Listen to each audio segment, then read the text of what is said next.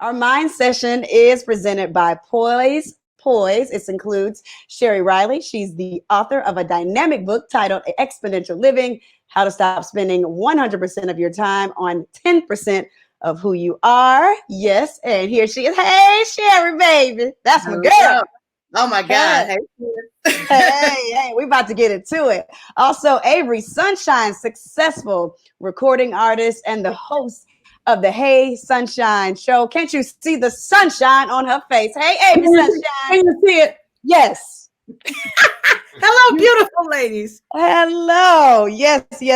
And Dr. Jessica Sheppard, a board certified OBGYN. Yes.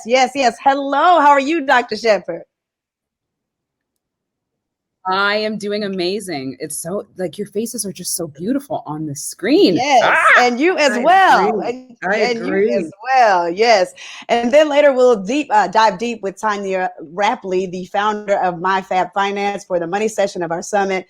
And we'll finish the evening with our interactive movement session featuring Soleil, the founder of Debbie Tribe Wellness. So I am so happy. We have a night just filled with love and joy and peace and vibrations and movement and money. So it's going to be a good time. Don't you agree, ladies? Yes, while we wearing green, right? Absolutely. Yes. So this summit is definitely designed to be interactive. So we want you to participate. So please be sure to ask your questions. If you're on Facebook or YouTube, make sure you put that in the comments because we'll get to your questions throughout the night. So please make sure you're jotting down the information in your notebook, like I said, and then we'll make sure we get to you. Okay. So Sherry, I'm going to start with you. We're starting off with our mind session, getting everybody right. And I will have to tell everybody, in full disclosure, Sherry is one of my greatest friends. Not only because she is just that, a great friend, but she has helped me in areas of my life that I never knew would grow to the heights that they have grown to. And she was the impetus of that growth. And I'm just so happy to have just continued to share space to cultivate our friendship, but that she is imparting that amazing knowledge, not only through her book, but through her words. So as we started off 2021 and everybody's like, oh, Lord, please, we don't need a redo. Mm-hmm. What will you tell these amazing women who have joined us tonight? What type of information can you offer them as far as living the best version of themselves as we go into this new year?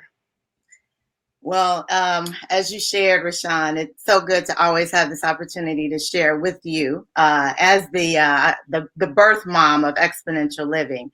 And the core of exponential living is it's a lifestyle of pursuing peace, choosing clarity, and living courageously. And one of the biggest lessons I hope everyone took away from 2020 into 2021 is the power of saying no. Mm. The power of not having to be everywhere, talking to everybody, and doing everything. When we understand that we value our time, when we make what's most important. Mm. Because when we feel like we have to be everywhere, doing everything, talking to everybody, we lose the most important thing that is our power, which is that peace. And when we take peace out of our equation, we lose the clarity. And when we don't have peace and when we don't have clarity, that's when we lose the courage to make the tough decisions, be able to live the true and best life we want to live. So I want everyone in 2021 to value their time, commit to what's most important, and understand the value of no. You know, I think that a lot of women, they want to do that, but they don't know how to figure out what is that thing that will help make me be clear as to what my path is and where I'm going in my life. Can you give us just one nugget as to how a woman can find her why? That is such a big, broad question, but it has a very simple answer. And the first thing we have to do is stop saying, I don't know. Mm-hmm. We got to stop saying, I don't know. Now, we may not have all the answers, but we always know. We may not know how the story is going to end, but we know where to start. That means stop saying, I don't know. Mm. Because what happens is when we say, I don't know, we put a ceiling on what we do know. We convince ourselves never to start. So the first thing we have to do is stop saying I don't know, commit to what you do know, and understand that in that there's going to be a messy middle. Just allow yourself, give yourself permission to go through the messy middle. So the power then stop saying I don't know. Wow. Permission to go through the messy middle. Write that down. Yes. The messy middle. The messy middle. And Avery, you know, people will look at your life and they'll look at your Instagram and say, oh, she's got it all going on. Yeah. And She's a successful artist, wife, mother, all of these great things. And then what do you do when you have to face that messy middle? And tell us how you find the balance. I'm learning to, and good evening, and thank you for allowing me to be here. And I didn't took notes. I couldn't even listen to you. That messy middle, I'm in it now. It's messy now. I am being honest about that messy place, because it allows me to see when I'm or even appreciate when the mess is not happening, if that makes any sense. When I spend a lot of trying to cover up the mess rather than just allow the mess to be what it is as a part of the process. I find that there's so much truth in that honesty and saying, right now, you know what, I am a mess. I'm gonna figure it out. I'm gonna be all right. Tomorrow, I might look crazy. Right now, I'm all put together, right? But a minute ago, it was messy. It was real. And the truth is, right before I got on with you all, I got a message that one of my vocal heroes and one of the Pace sisters had just transitioned. And I don't know if you've seen her. She might be anywhere, the grocery store, anywhere, and just start singing and just make everything better for everybody. So I was a mess right before we logged on. And being able to acknowledge that allows us almost a release, the weight of having to carry and maybe sometimes not knowing. That's heavy. Yeah. That is really heavy. And of course, I would name myself Avery Sunshine. So I feel like everything is always shining all the time. It's not. I'm sorry, I'm hung up on the messy middle because it is so real. It is so, as a mom, as a business owner, as a wife, and having to shine all the time. A part of the shine is acknowledging that sometimes I am not shining. Yeah. And being okay with that. Yeah. Well, what about when you have to tell yourself, because I always tell other women, hey, extend yourself some grace. But how do you do that for yourself? Moments like these are so important. I do call my sisters. I do talk to, I've been picking up more, I've been doing more reading, and I have to do this. My latest piece is from Toni Morrison's book, her novel, Jazz. What's the world for you if you can't make it up the way you want it? So I'm giving myself permission to make my life and my world the way I want it, not the way my husband wants it, or my children want it, my fans want it, my mama wants it, the way I want it. There's so much peace in that, Rashawn. Yes. Ladies, there's so much peace in saying, I create this thing. So that's how I remind myself, I create this thing. So the nobody else can judge it. Right. Yes. That's good. That's good.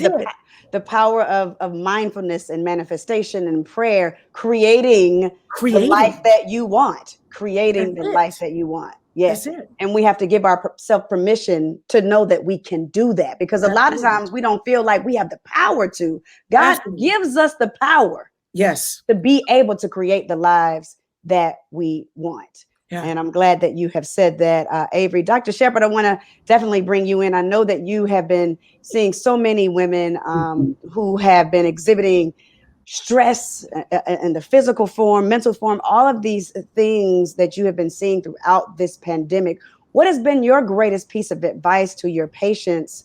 And what are some of the signs that people who may be living alone, or people who may be just living in silence, even in their own home, what can they say to themselves when they know this isn't right? Or what can their family members be looking for when something Right. isn't right?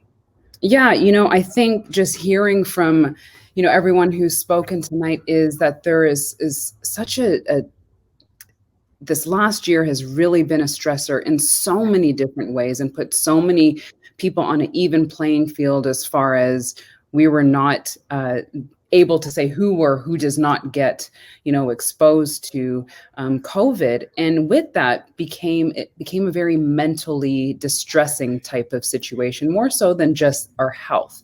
It really played an impact on our mentalness, our mindfulness. And one of the things that I know as a physician is that the brain is such an amazing organ. But if we don't tap into it, if we don't allow for it to actually be used, and using that manifestation of what we're able to accomplish, there are so many things that can be missed.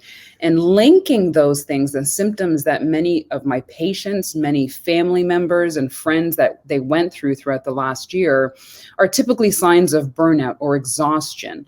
And that can be experienced in so many different aspects. But if we're not kind of cluing into, this is something that needs to, one, be paid attention to, and also taking away the shame of discussing that with someone, whether that's with just friends or family or a therapist or a healthcare provider. But that physical, mental, emotional exhaustion is real. And that can come in the form of anxiety, it can come in the form of headaches, fatigue, lack of sleep, and also how we view our lives and ourselves as we're going through this amazing transition of a pandemic, of life, of people who we've seen, pass from this disease, and even, a little bit into politics. So all of this really has played a big part on our mental health.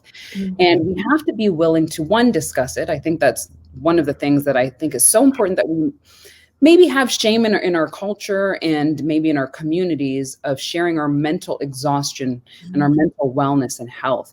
And so I think if we can open ourselves to that and allow ourselves to, now coming into this new year of recovery and renewal and restoration, we can do some magnificent things in growth. Right. What are those things that you have told some of the people that you've seen who are exhibiting some of these stressors? What have you told them on how they can start to rebuild? And so you were talking earlier about writing things down, and journaling, I think, is one of those aspects that is something that is we can kind of commit to, and that we can do and put into our daily activities that really can help us compartmentalize and really organize our days, and how we adjust to things, how we clarify, how we talk to ourselves, what we're able to manifest.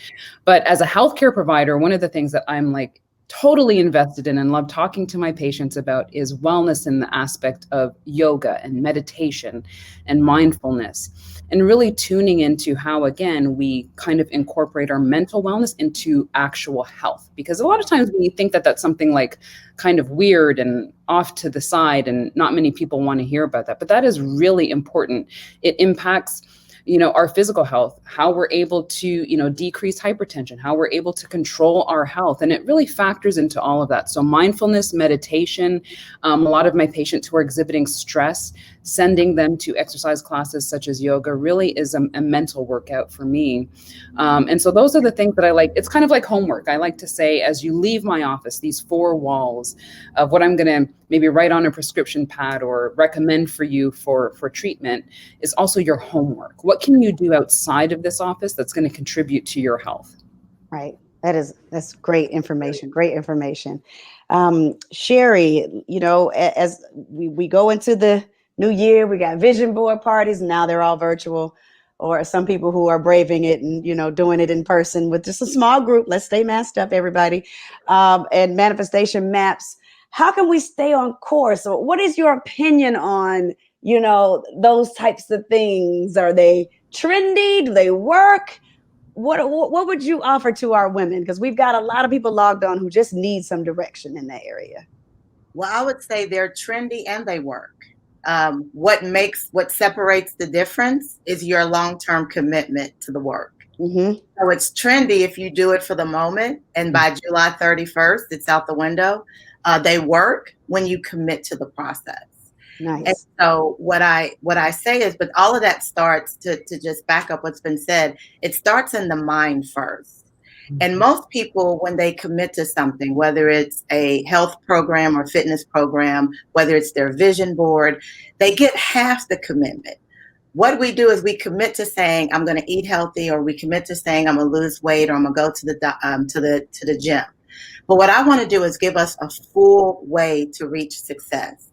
And what that is when we commit, what we have to do is commit to, I'm going to lose weight, or I'm going to go to the gym. But we also have to commit to the consistency. Mm-hmm. And that's where the breakdown happens. So let me just give you a quick example. Let's say I'm committed to going to the gym 4 days a week, right? Mm-hmm. So because I want to lose weight. So my commitment is I'm going to lose weight. I'm going to eat healthy, and I'm going to go to the gym. What happens is that random Monday that you don't want to get up, mm-hmm. you're committed to going to the gym, you can talk yourself out of it. But when you're committed to going to the gym and you're committed to consistency, that's the extra push. Just get up and go. Now, I have committed to the consistency, got to the gym, honestly walked in, turned around, and went back home. Right. It's going to work out, right? Yes. What happened is when Tuesday rolled around, I was so excited that I went, that I was consistent, that I got up and I went the next day. Right. When I wasn't committed to the consistency, I got up and said, well, girl, you didn't go yesterday. Start next week. So we have to be committed to the consistency and the idea.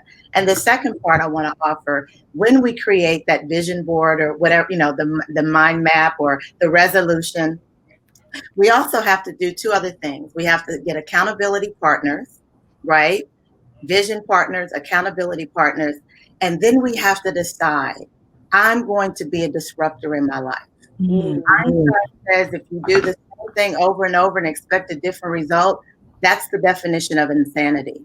We have to be a disruptor in our own lives. Whatever that place is that you have done the same thing and got the result you did not want, decide to be a disruptor. If this is your 8th year doing a vision board and you got the same thing on that vision board, decide to be a disruptor in your own life.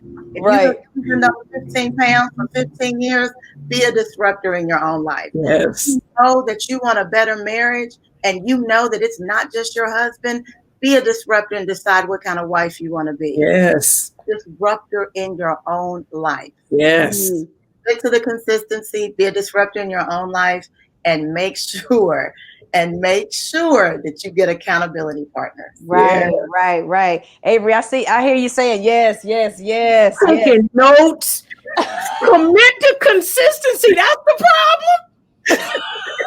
Disrupt my own life. That's not quite what you said, but that's what it means to me. Right. Yes. So since we are a participant as well, Avery, how are you going to commit to consistency? Let me tell you something. I'm going to commit, because I ain't going to tell you the thing that I signed up for, because they not giving me no money to tell y'all. But I signed up for something, and they keep sending me texts. And what I do is I hit it because I don't want to answer. And they keep asking, you still haven't logged in your weight yet? I know what you're talking about. I'm going to, the light bulb and another, I try to write down the epiphanal moments that happen in my life. And I'm telling you, it was epiphanal to hear you say commit to consistency. That's what I've been missing. I don't, there's nothing else for me. If I don't say another word ever, that commit, we can say, I'm going to do a new album. I'm going to lose weight. I'm going to get married. I'm going to be a better wife. I'm going to clean. I'm going to, get all these dust bunnies all the time. I'm going to cook. But if you do not commit to the consistency, because I'll do that for a couple of weeks, shoot, a couple of days, and then I'm done. I'm bored. I want something else, or something will happen that does disrupt us. Something external disrupts the pattern, and then I'm off. And then I try yoga. Dr. Sheppard, I tried yoga, meditation, and my mind won't stop long enough for me to forget what I was. It's You know, okay. and I'm thinking hard. I'm yogaing. I made that up. I'm yogaing and meditating, and okay. And then I'm stressed out because I can't stop my mind from working, from moving. Oh, I got to get my son back to Boston. Oh, it's COVID everywhere. How am I going to do? That's very real. Yeah. That's very real. So again, the committing to consistency, whatever that is, it just covers everything for me. That you did it for me. Yeah. You did it. Yeah. Where's the offering plate?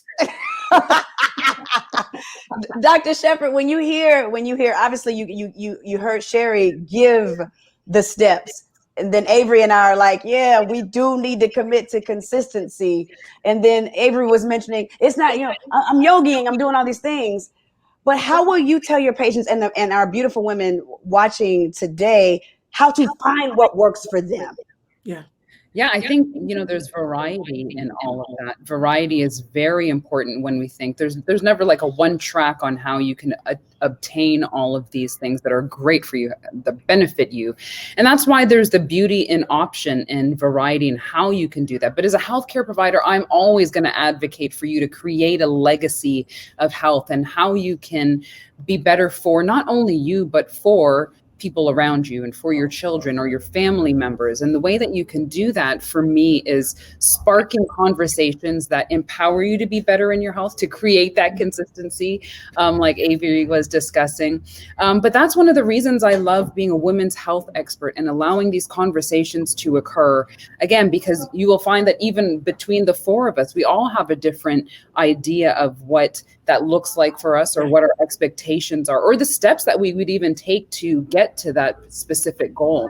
So it's, again, it creates that discussion. And that's why, as a poised brand partner, I love sparking these types of conversations to, one, establish a legacy of health, but also to shatter stigmas that come around female health and help them understand themselves better as a human, as a woman, and who they are in their environment. Yes. Yeah. Yes. How did you want to now, Avery? Now you can ask the doctor something too. Now this listen. I'm pursed. You can't tell my lips. Speaking, by the way, they can tell y'all that I have a makeup. I started a makeup line in 2020. Come on. What? Yes. I'm wearing it right now. But I want you to see that too. But what I was going to say, when you talk about us taking care of ourselves, and women talking to women about women's issues, and us being I made a conscious decision after I had I have fibroids. I have fibroids, and I had really, really painful and heavy periods. So I couldn't find a gynecologist that y'all know, between health insurance and all, you got to kind of go with found someone. But it was a man, and I needed it done, and we're on the road and we're moving. But that thing inside me said, he's just, now he may be well learned, right? He might be the top of his field. He's still a man. That space that has been, I dare say, toxic masculinity. And I say that because there is masculinity that is not toxic, right? Mm-hmm. But toxic masculinity will dictate that the white man knows best for us. And I found myself as a 43-year-old woman at the time, knowing it was wrong, feeling it was wrong, still letting him tell me what I should do for my body. And I am still not healed yet. I have to go back and start the process again. But what my soul and my mind knew, you probably need to do something different. But I let the man listen, you don't need that yet. Your body's, sir, there's no way you could even know. And Dr. Sheppard, I want you to speak to that space, that state of mind where we don't trust ourselves, let alone the other women's voices. You follow me? And you're not the only one who this story is unique to, because there are so many women who will sit in an office and maybe nod their head, and when they walk out, there's still that feeling that they're like, I'm not on board with this. And that's why I encourage every woman, if they feel how you felt, to get a second opinion, a third opinion, a fourth opinion, until I really feel that as a physician and a patient relationship, it should be one of commonality, in the sense that we're both contributing to what is best for you. And it should not be a one-way conversation. And so you and I will talk offline. Yes, because we are going to find. Yes. And then you send me some lipstick. Absolutely. You that beauty. I'm going to send it to you. I'm wearing diamond pink right now. Yes. I love it. I love it. I love it. We do have some questions from the audience, and this one is really, really good. From Lisa Pineda. And this is for you, Dr. Sheppard. She's concerned about how COVID-19 has impacted women with postpartum depression. What are some methods and suggestions for women during this time? That's difficult when the world is quote unquote perfect. Yes. Yeah. I think that this question is beautiful because, one, it goes right to the issue.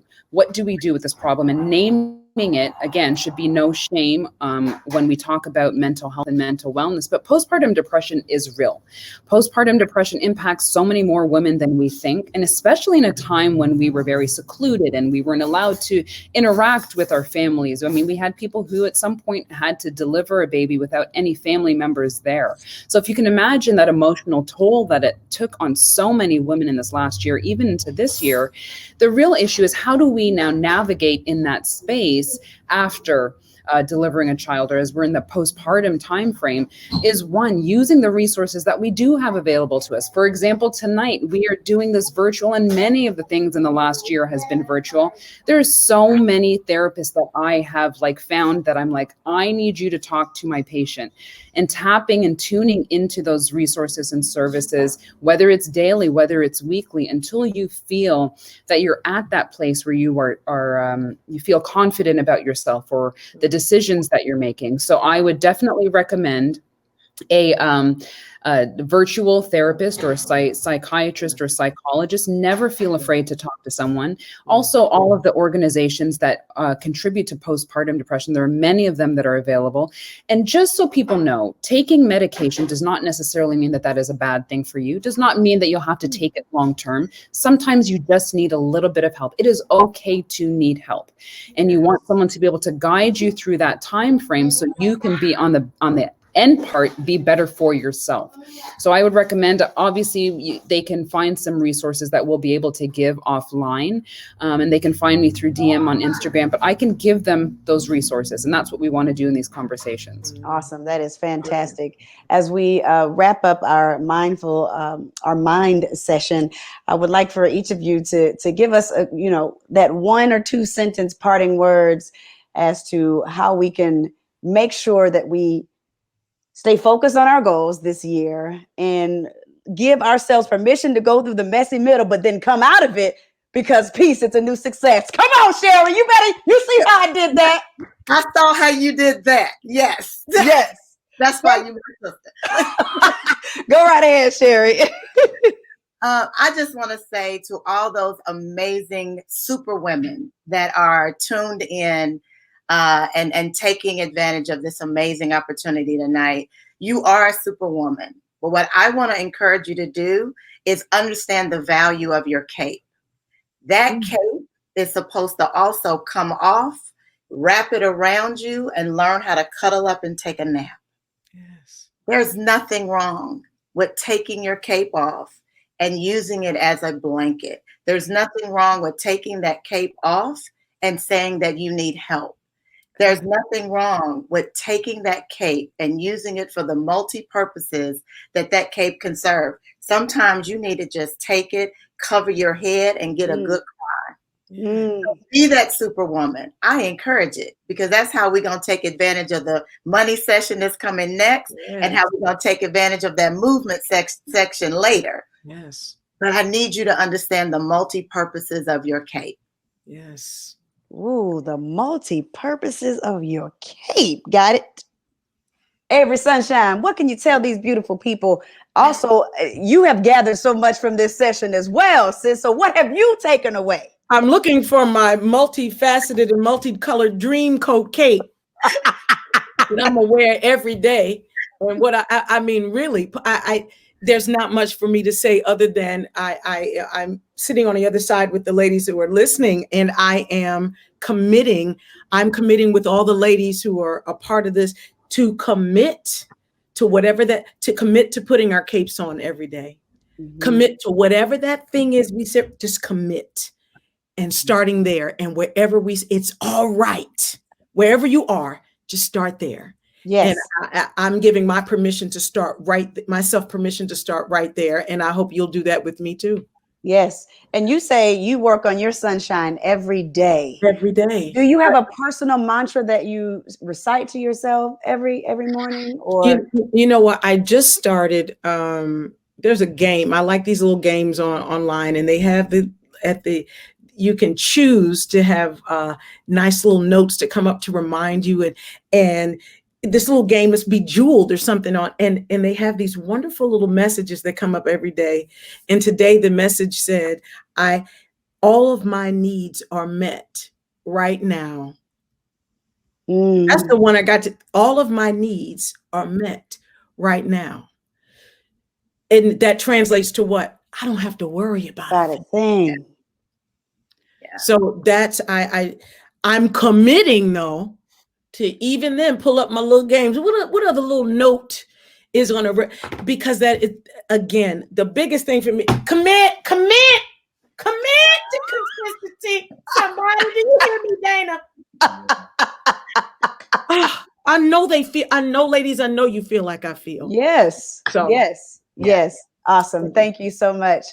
Dr. Sheppard, what would be your parting words to these amazing women that have joined us tonight as to how they can continue to be the best version of themselves in 2021?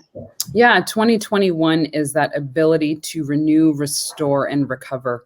We all have the ability to do that, and we can do that with our health and wellness. Obviously, I'm going to be here shouting from the mountaintops about our health because it is so, so important. But we all have the ability to do that, but you have to find the resources and the referrals and the people who are going to strengthen that desire for you to renew, restore, and recover. So that is what I would say. Awesome. And how can people continue to find you? I know we've been kind of showing where they can find you. How can people find you, Dr. Sheppard? Yeah, they can find me. Probably Instagram is the easiest way to find me, on Jessica Sheppard, MD. It's right there at the bottom. Yes. Follow me, DM for any ways that I can kind of give some advice to you. Obviously, I can get medical advice to you, but I can definitely get you in the right direction. And Avery gonna hit me up too, because we're gonna talk. Look, everybody to call Sherry, everybody to call Dr. Sheppard. It's all good. Follow. Type stalk in the DM. Stalking. Yes. And Sherry, Exponential Living obviously is doing very, very well. You are a coach. You do so much for so many people, and I hope that you are pouring into yourself at the same time. Mm-hmm. Go ahead and tell everybody how they can find you and support your book.